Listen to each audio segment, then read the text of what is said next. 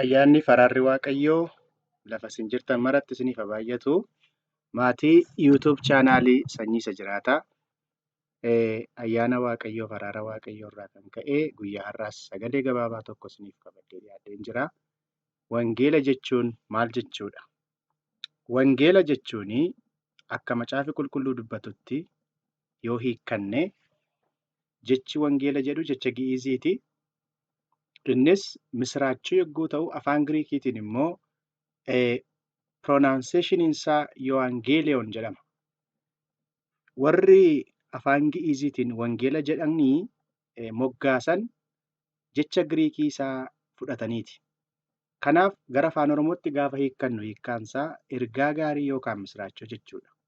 Kanaaf wangeelli waa'ee fayyina dhala namaa isa ta'ee Yesuus Kiristoosiin misiraachoosaa kan dubbatu jechuudha. Kanaaf egaa wangeelli hiikkisaa kana erga ta'eetii macaafi qulqulluun maal akka inni dubbatume haa ilaallu. Roomee boqonnaa 1:1-3 gaafa dubbifattanii sagalee akkas jedhuchirraa argattu. Maal jedhaa? 2 kaasanii gaafa dubbifattan wangeelli kun isa Waaqayyo duraan dursee karaa raajota isaatii caafata qulqullaa'aa keessatti abdachiisedha jedha. Wangeelli kan inni jalqabu yookaan waa'ee wangeelaa kan inni jalqabu caafata qulqullaa'aa yookaan kakuu moofaa keessatti karaa raajotaa isa inni abdachiisedha. Maal jedheetu abdachiisee? Inni dhufu yookaan immoo inni nama fayyisuudhaaf dhufu tokko sanyii Daawit keessaa akka inni dhalatu dubbataa jechuudha. Inni dhalatu kun immoo ilma Waaqayyoo akka ta'e haasa'a. Kanaaf dhalachuu duwwaasaa immoo osoo hin ta'inii hin du'aa, warra du'an keessaa immoo hin ka'aa. Inni warra du'an keessaa ka'uun immoo Yesuus Kiristoos ilma Waaqayyoo ta'uunsaa kan inni ittiin humnaan beeksifamu waa'ee kanaa dubbata jechuudha. Kanaaf wangeelli waa'ee du'uu, waa'ee dhalachuu, waa'ee du'uudhaa fi waa'ee warra du'an keessaa ka'uu Yesuus Kiristoosiin kan dubbatu jechuudha. Kanaaf egaa macaafa qulqulluu keenya keessatti seera uumamaatii kaaftanii hamma mul'ata Yohaannisitti ergaa tokko of keessaa qaba. Innis waa'ee isaa dhala namaa fayyisuudhaaf gara biyya lafaa dhufe Yesuus Kiristoosiin dubbata jechuudha. Kanaaf ergaa lama qabu macaafi qulqulluun. Sagaleen Waaqayyoo ergaa lama qabu. Ergaan Waaqayyoo macaafa keessatti qabu walumaa galatti tokkodha. Innis isa nama ta'ee biyya lafaa gara biyya lafaa dhufe Yesuus Kiristoosiin kan dubbatudha jechuudha. Kanaaf egaa wangeelli kun sagalee misiraachoodha. Kana jechuun misiraachoon kan namatti haasa'amu wanti sun nama sanaaf kan malu, wanti dubbatamu sun nama sanaaf kennaa kan ta'e, wanti dubbatamu sun namni sun tasumaa gochuu kan hin dandeenye garuu bilisaan yookaan immoo tolaanii nama sanaaf akka inni ta'uu kan itti dubbatamudha misiraachoon. Kanaaf misiraachoon kun namootaa fi Iyyasuus Kiristoos isaan fayyisuudhaaf akka dhufe fayyinni karaa Kiristoos qofa akka ta'e kan itti dubbatamudha jechuudha. Misiraachoo jechuun yookaan immoo wangeela jechuun. Kanaaf egaati sagalee misiraachoo maaliif ta'e? Maaltu wangeelli? Wangeela jechuun sagalee misiraachoo jechuudha jenneerraa maaliif sagalee misiraachoo ta'e isa jedhu gaafatti deebinu namni ofii isaatii fayyuu yookaan immoo qajeelaa ta'uu waan dadhabeef. Namni ofiisaa fayyisuu waan dadhabeef, namni ofii isaatii yookaan immoo hojii isaatiin dafqa isaatiin Waaqayyo duratti qajeelaa ta'uu tasumaa waan dadhabeefidha. Macaafi qulqulluun akkuma dubbatu utuu sagaleen misiraachoo kun hin dhufiin dura, utuu oduu gaariin kun hin dhufiin yookaan dubbii gaariin kun ergaa gaariin kun utuu hin dhufiin dura keessa deebii yookaan seera keessa deebii boqonnaa 5:1 gaafa dubbifattanii Waaqayyoo karaa Museedhaa seera warra Israa'eliif kennee ture. Seerri kunii akka ittiin jiraataniif, akka ittiin deddeebi'aniidhaa fi akka ittiin yeroo hundumaa Waaqayyoon barbaaddataniidhaa fi akka ittiin cubbuun wanti sun cubbuu ta'uusaa beekanii cubbuu kanarraa akka ittiin deebi'aniif ture. Haa ta'u iyyuu malee warri Israa'el yookaan warri seera kana fudhatanii Waaqayyo fuula duratti warra cubbuu hin qabne, warra qulqulluu ta'uu hin dandeenye. Sababiin isaas seerri isaaniif kenname sun qajeelaa gochuu waan dadhabeedhaaf. Kanaaf maaltu barbaachisa jechuudha? Waaqayyo nama fayyisuudhaa fi ilma isaa tokkicha gara biyya lafaatti erguuf barbaachisa jechuudha. Kanaaf egaati Roomee boqonnaa 8:1 kaastanii gaafa dubbifattanii seera isa sababii foonii seerri hojii isaa hojjechuu dadhabeedha. Sababii maali? Sababii namaa seerri hojii isaa fiixaan baasuu dadhabeedha. Kanaaf namni seera kana fiixaan baasu tokko jiraachuun dirqamaa jechuudha. Kanaaf egaati macaafi qulqulluun karaa seeraa namni qajeelaan tokkollee hin jiru, namni gaariin tokkollee hin jiru lafa kaa'a. Roomee boqonnaa 3 lakkoofsa 10-20tti gaafa dubbifattan. Kanarraan kan ka'e lakkoofsa 23 gaafa dubbifattanii hundinuu yakkaniiru ulfinni Waaqayyoos isaanitti hir'ateera. Meeqa? Hundinuu. Sanyii Addaam kan ta'e hundinuu karaa seeraa ija seeraatiin gaafa ilaalamu qajeelaa miti. Ija seeraatiin gaafa ilaalamu qulqulluun tokkollee hin jiru. Kanaaf inni qulqulluu ta'e tokko ilmi Waaqayyoo foon uffateetu gara biyya lafaa dhufe jechuudha. Maal gochuudhaafi? Isa namaaf Waaqayyo gidduu galee riqicha ta'ee akka namoonni gara Waaqayyootti darban, akka namoonni gara Waaqayyootti dhufanii jireenya argataniidhaafi Iyyesuus isa namaaf Waaqayyo gidduu ture keenyan diinummaa cubbuu sana maal godhe? Hin diige yookaan hin balleesse jechuudha. Roomee boqonnaa 8 lakkoofsa 3. Kanaaf foon uffateetu cubbuu balleessuu dhufe jechuudha Yesuus.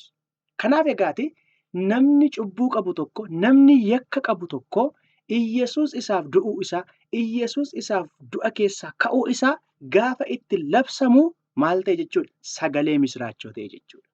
Maal ta'e jechuudha? Ergaa gaarii ta'e jechuudha. Kanarraan kan ka'e nama sanaaf dubbiin kun, nama sanaaf hojiin kun sagalee misiraachoo ta'a jechuudha. Kanaaf sagalee misiraachoo ta'e. Sababiin isaas namni of fayyisuu waan dadhabeedhaa fi kan isa fayyisu tokko waan argameef, kan isa gara jireenyaatti fidu tokko, kan isa qajeelaa godhu tokko waan argameedhaaf inni kun gaafa lallabamu namni sun wangeela dhaga'e yookaan sagalee misiraachoo dhaga'e jechuudha. Egaan walumaa galatti gaafa waa'ee wangeelaa yookaan misiraachoo wangeelaa haasofnu wanta gurguddaa lama of keessaa kan qabudha. Innis du'uu Yesuusiidhaa fi du'aa ka'uu Yesuus. Kanaaf nama bira gaafa ga'u Iyyesuus nama sanaaf du'uusaa maaliif? Cubbuusaa balleessuudhaaf. Iyyesuus cubbuun qabu, inni qulqulluudha, inni Waaqayyoodha. Haa ta'u iyyuu malee namoota fayyisuudhaaf jedheetu foon isa namni sun uffatu uffateetu cubbuu nama sanaa balleessuu dhufe. Cubbuu nama sanaatiif aarsaa ta'uu dhufe jechuudha. Roomee boqonnaa 3 lakkoofsa 25. Kanaaf isa kana gaafa dubbannu wangeela dubbanne jechuudha. Kakuu moofaa keessatti cubbuun namootaa irraa akka fuudhamuudhaaf horiin hedduun, hoolonni hedduun, re'oonni hedduun isaanii qalamaniiru yookaan dhiigi isaanii dhangala'eera. Haa ta'u iyyuu malee akkuma Roomee boqonnaa 10 irratti dubbatu, Ibroota boqonnaa 10 irratti dubbatu irratti inni kun maal gochuu hin dandeenye jedhaa? Cubbuu namaa furuu yookaan cubbuu namootarraa kaasuu hin dandeenyedha. Kanaaf iyyuu maaltu argamuudhaa qaba jechuudha? Kan cubbuu namarraa kaasu tokko argamuun dirqama jechuudha. Waaqayyo maal qopheesse? Ilma isaa qopheesse. Kanaaf dhangala'uu dhiiga Yesuusiin maaltu argame egaa? Dhiifamuun cubbuu argameeraadha. Si'a meeqa aarsaa ta'e akka kakuu moofaa ammaa osoo hin ta'in, ganamaaf galgala osoo hin ta'in, al tokko bara baraaf kan barbaachisu ilmi Waaqayyoo dhiiga isaa dhangalaaseera.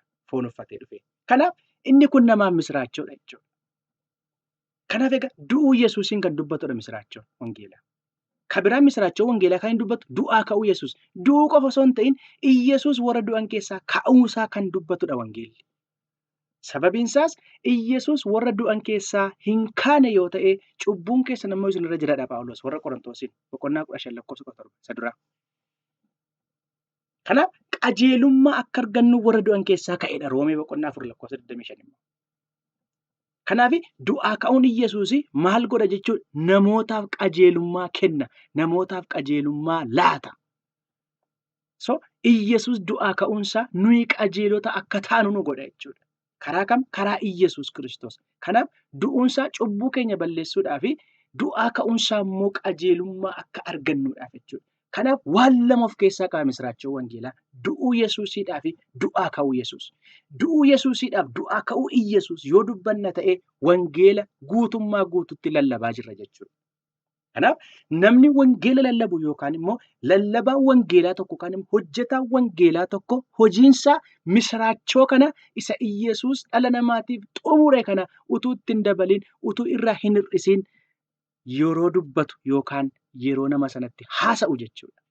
Kanaaf misiraachoo wangeelaa yookaan immoo namni tokko lallabaa wangeelaadha jechuun isa Yesuus hojii hojjete, isa Yesuus nama fayyise, isa Yesuus jaamaa bane, isa Yesuus dinqii garaagaraa hojjete osoo hin taane isa Yesuus dhala namaatiif raawwate, isa Yesuus dhala namaatiif fiixaan baase sana gaafa haasa'u bu'aa Yesuus hojjete sun, bu'aa Yesuus du'eef, bu'aa Yesuus du'aa ka'eef sirriitti gaafa haasa'amu namni suni wangeela lallabe yookaan namni suni hojjetaa wangeelaadha jechuudha.